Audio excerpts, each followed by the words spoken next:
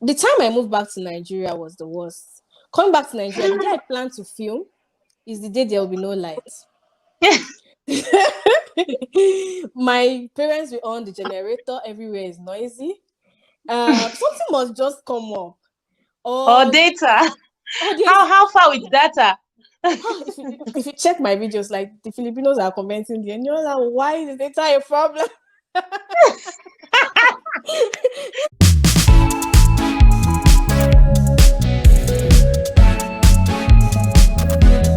How are you? Fine. Let's say fine. I'm How is fine. Nigeria? That's am I allowed to rant? Am I allowed You're allowed to rant. You're allowed to rant. It's just don't make use of those words that YouTube will use and delete my video. It's nice. It's me. Like the most important thing about coming home is seeing my family members after a very long time. So that How was long? How many years did you spend in the Philippines? almost 5 years. Okay, that's long. So I didn't see anybody. Every time I tried to go home, something must come up. So I was there all through. So going home and seeing family, it was festive period, a day to Christmas. I got home. So it was one of the most beautiful days of my life. Like I was so excited seeing everybody and coming with a degree. Like everyone was just happy. So that was the moment I would say I enjoyed most ever since I came back. That's a memory that will live with me for the rest of my life. And my dad's expression, he was just smiling. And I was At least you met your dad. I went to Nigeria, my dad was dead. Oh no. No. At least you met your dad. And I actually uploaded a video of that, and everybody was just commenting about my mom. My mom kept dancing. Like in the video, she was just dancing even from our store till we got home. And it was very emotional for me. I didn't sleep all night. I was just thinking about God. But once that flipped, like that was the reality. You came back to reality. Reality set in, and I was so what actually made you leave Nigeria to go to the Philippines? What happened? Okay, I was in a school. I've never shared this. I was in a school before. I was studying in Benin. Then the school had in where? Benin Republic, Ashno. Benin Republic. Oh, your parents must be rich then. So I noticed that the school wasn't having accreditation in their health system. It's health faculty. So I needed to move on, and everybody already knew I was in school. I was almost in my third year. So what came along was, okay, you go. I have friends that were in Philippines then, and they just told me that, okay, come to the Philippines, and flip was fast. Within 3 months, I processed everything, and I just came in. And coming in, you said everyone told you about who were the ones telling you about Philippines? My friends. I had quite a number of friends that were in the Philippines. As I had like two friends. So did you ask them questions like, is there work, is there job, is there what you can do to sustain yourself while studying, or you just want to just go and study? I just wanted to study, and they told me that there was no job opportunity, so I was aware like way before I left. Well, good thing your friends told you no job opportunities. Some people will tell you come on work, and then when you get there, you will feel so disappointed. Okay. They told me everything, like there was no job.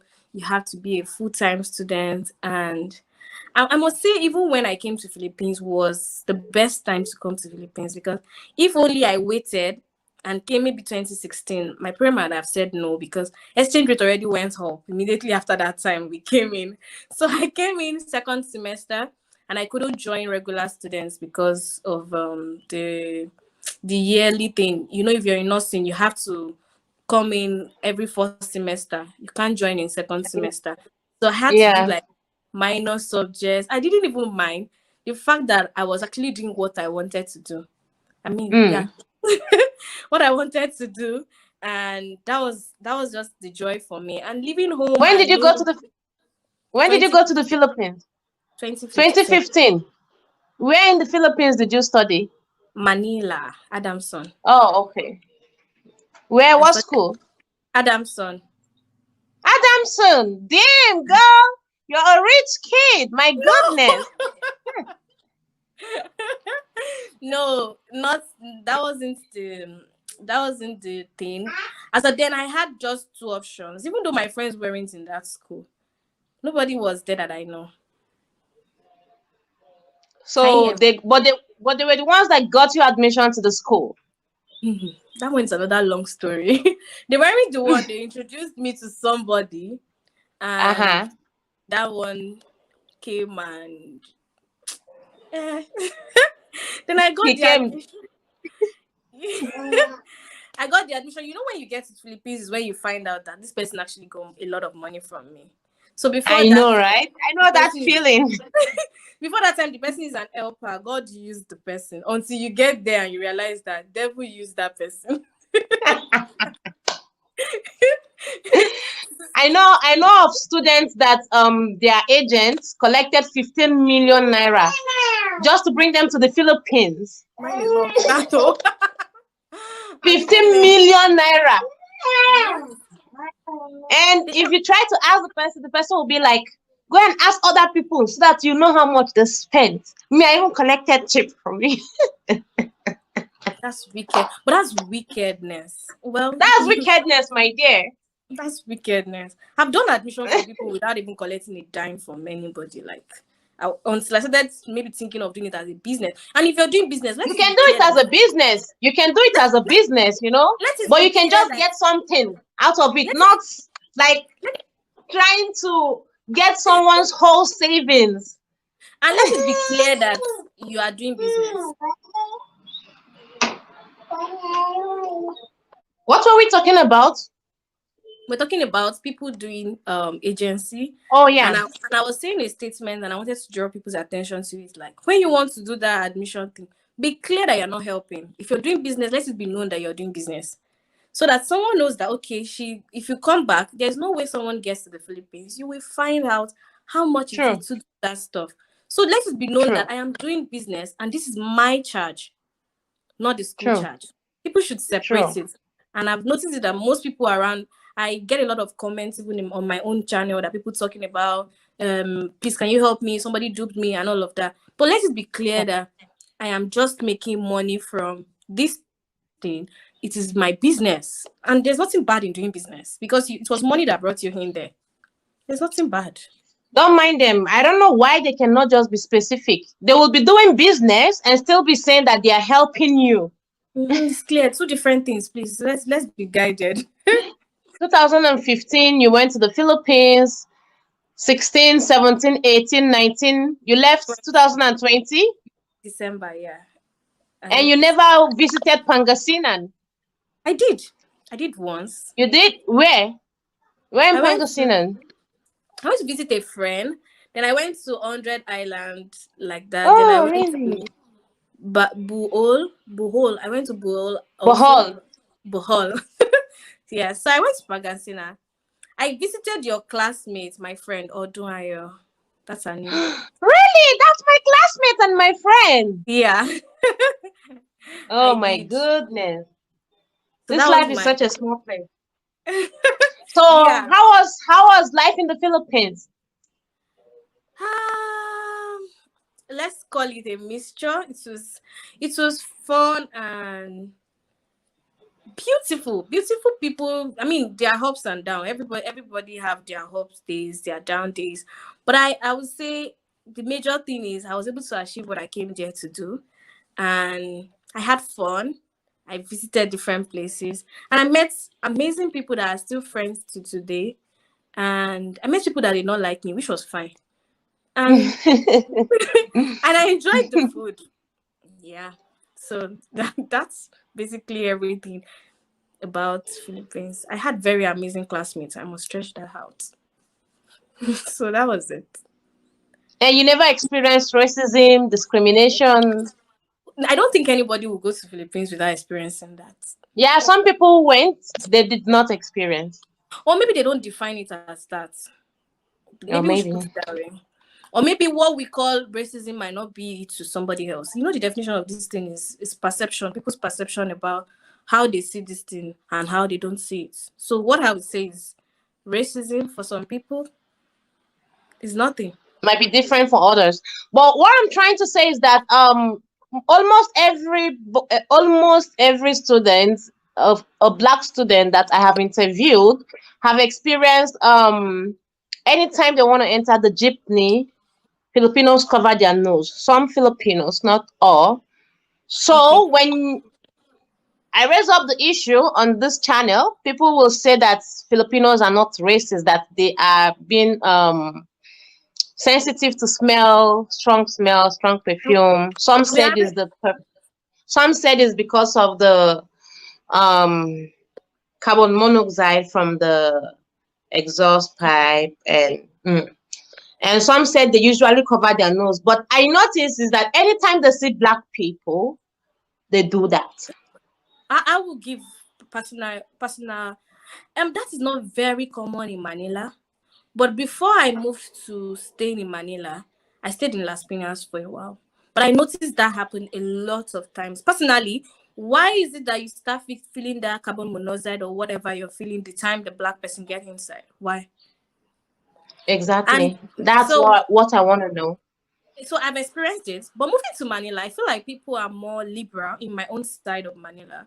In People Manila, are I think people in Manila, they don't have time for all those things. Everybody's yeah, hustling, going for their work. they're more liberal. Not They're more liberal and And in Manila, there are a lot of foreigners.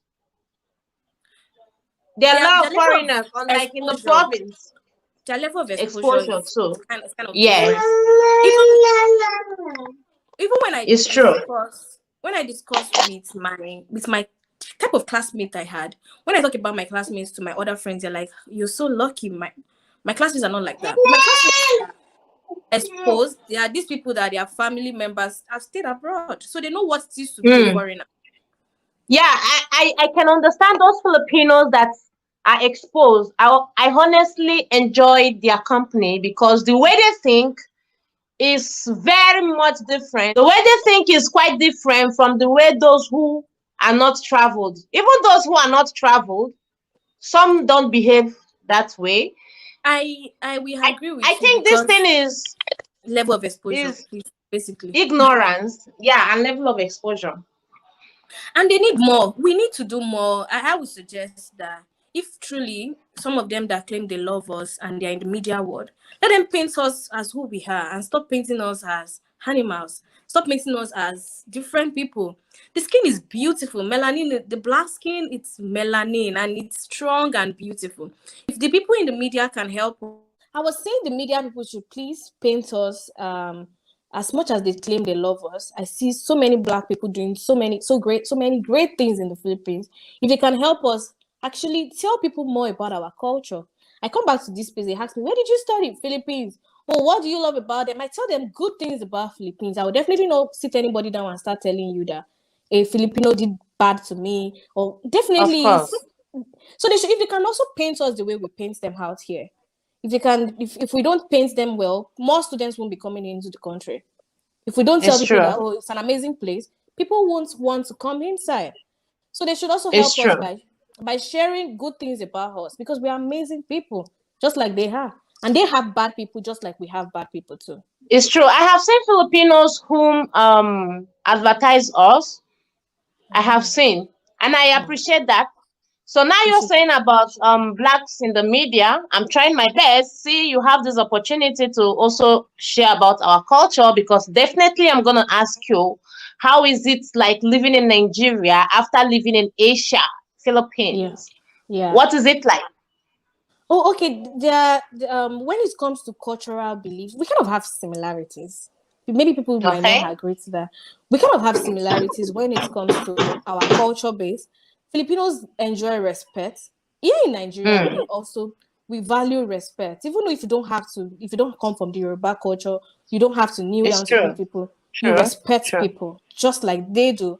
Also, when it Yeah. comes to food, we are particular about, yeah, it's a Nigerian food. Even when we have our traditional events, We want to have full-time Nigerian food. We want to have pounded yam in the event. We want to have jollof rice in the event. It's So true. that's the way we preach our culture. Same with them also. They preach their culture.